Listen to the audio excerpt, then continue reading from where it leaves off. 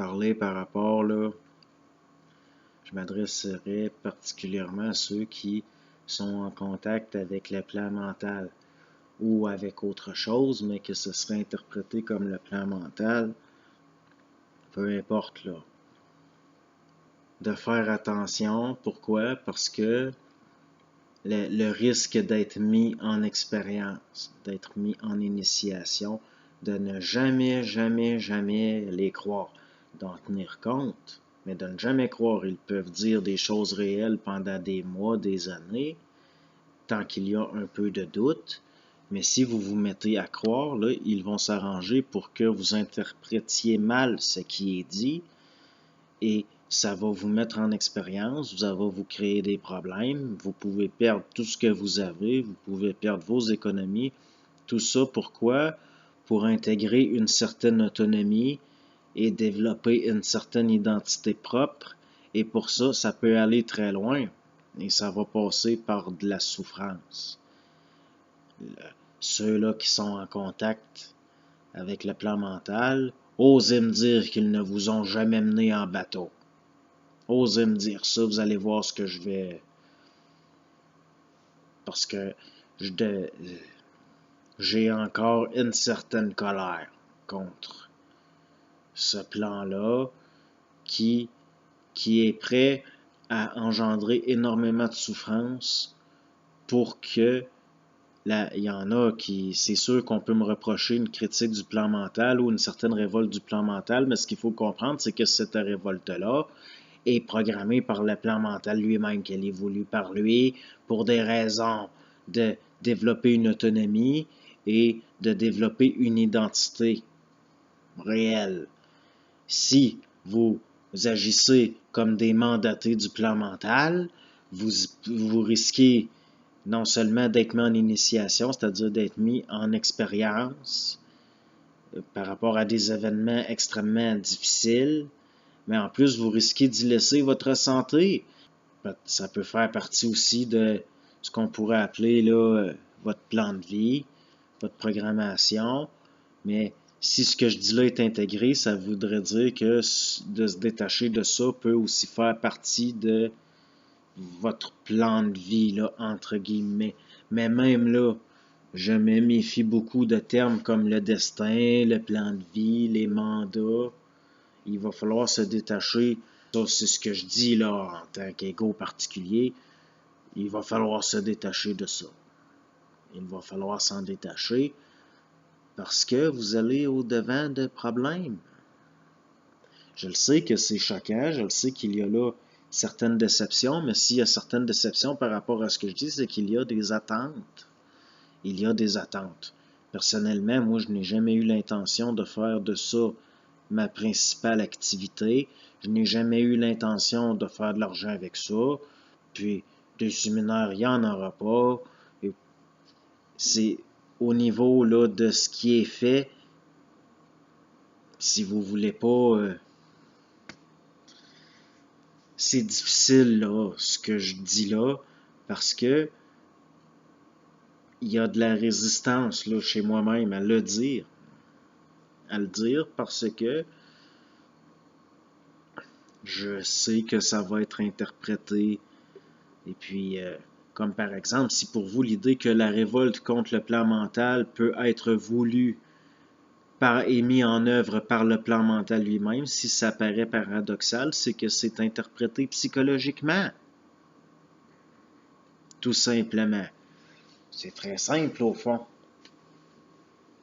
Mais moi, là, les histoires de le double, le destin, le plan de vie, les mandats, les gens qui sont missionnés, aider autrui à intégrer. Désolé, mais je me suis départi d'une certaine naïveté par rapport à ça.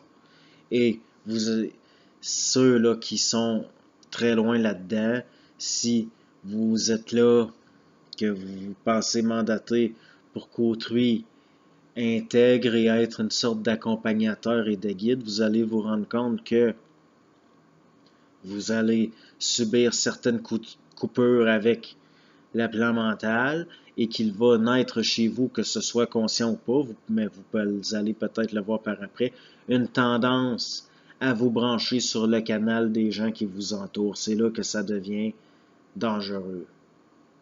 Ça devient dangereux parce que vous le savez, là. Il y en a, là, je le sais que vous le savez. Et si c'est pas vu, si vous le savez pas, que ce que je dis là engendre une certaine colère, non pas, même pas envers ce que je dis, mais psychologiquement, même envers ma personne, c'est qu'il y a là quelque chose là de subjectif. Parce que vous le savez, ça. Vous le savez, ça. Si vous voulez pas, si vous ne voulez pas vous ramasser, là, que vous avez brûlé toutes vos économies, que vous avez brûlé énormément d'énergie inutilement, puis vous ramassez là, complètement à terre, complètement malade, tout décrissé, là. Le pire, c'est que vous le savez. Vous savez ça. Ce sont des pièges que, mais c'est très difficile de ne pas. Je sais qu'il y a encore des gens qui ont des problèmes. Vous voulez pas quand même pas tenir un groupe et voir. J'ai de la difficulté avec les groupes. De toute façon, à mes yeux, c'est un phénomène qui est individuel et par rapport à un collectif, il peut y avoir des échanges d'égal à égal. D'égal à égal tout le temps. Peu importe là, le degré d'intégration, il faut que ce soit d'égal à égal. Parce que si nous retombons dans la grégarité, dans l'esprit de meute, là, il va apparaître de la compétition, et puis là, il va apparaître de la personnalité, il va apparaître de l'égoïque animalisé, et ça, c'est extrêmement dangereux. Je sais que dans le milieu, il y en a, ça se traite d'archonte, ça se traite d'âme noire, parce que ça, c'est toutes des illusions. Là, il y a un problème.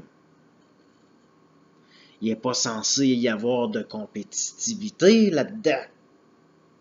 Puis aussi, là, l'affaire de se plugger sur le canal des autres, que ce soit conscient ou pas.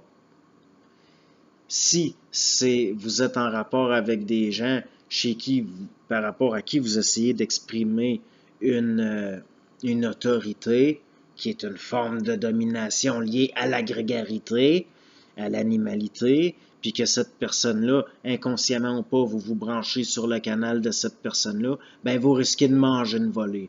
Une volée, là, par rapport au subtil.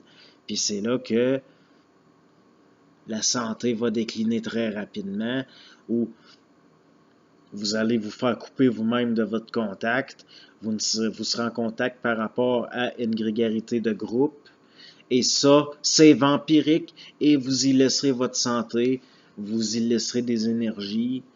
Tout ça est extrêmement dangereux. Dit parce que ça parle, ça dit ça, et je considère que c'est nécessaire. Le mouvement, puis le fréquentiel qu'il y a là-dedans, je sais que je suis que c'est correct, là, donc je le fais. Mais c'est réellement sans prétention. C'est pour ça que, aussi, vous ne me verrez pas par rapport à un esprit de groupe, jamais. Moi, je m'adresse à des individualités, j'échange avec des individualités réelles, et puis les affaires, là, je peux comprendre qu'il y a des séminaires, qu'il y a des choses comme ça, puis je critique pas, là, ça fait partie de l'expérimental d'autrui, ça fait partie de des mouvements qui ne m'appartiennent pas, puis c'est correct, puis j'ai pas un mot à dire. Ce que je dis sur ça, c'est que de se méfier de tout ce qui est lié à l'esprit de meute, à la hiérarchisation, de tout ce qui est lié à l'autorité, même si vous vous réclamez de l'autorité de l'expérience. Parce que l'expérience, c'est quelque chose de particulier. L'expérience est particulière. Vous ne pouvez pas ensuite prendre votre propre expérience et commencer à essayer d'avoir une influence sur un autre particulier en parlant de l'autorité de l'expérience. Ça, c'est de la subjectivité. Et je trouve ça dangereux.